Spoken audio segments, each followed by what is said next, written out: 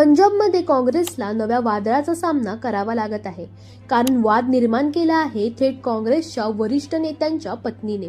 पंजाबचे माजी प्रदेशाध्यक्ष नवजोत सिंह सिद्धू निवडणुकीतील पराभवानंतर जरी बाजूला झाले असले तरी 2027च्या निवडणुकीसाठी ते पुन्हा तयारीला लागल्याची चर्चा रंगली आहे.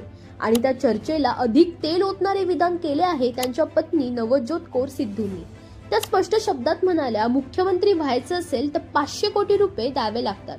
आमच्याकडे ते नाहीत, पण आम्ही पंजाबला सोनेरी राज्य बनवू शकतो. या एका विधानाने पंजाबच्या राजकारणात खळबळ उडाली, कारण त्यांनी केवळ पैशांच्या खेळाचा आरोप केला नाही तर काँग्रेसमधील आतल्या संघर्षावरही बोट ठेवले. सध्या पंजाब काँग्रेसमध्ये किमान 5 नेते मुख्यमंत्री पदाच्या शर्यतीत आहेत आणि ते सिद्धूंना पुढे येऊ देणार नाही असे त्यांनी उघडपणे म्हटले. याहून धक्कादायक म्हणजे त्या म्हणाल्या, काँग्रेसने नवजोत सिद्धूंना मुख्यमंत्री पदाचा चेहरा बनवल्यास ते पुन्हा राजकारणात येतील, नाहीतर बाहेरच ठीक आहेत, कमाई ही चांगली होते.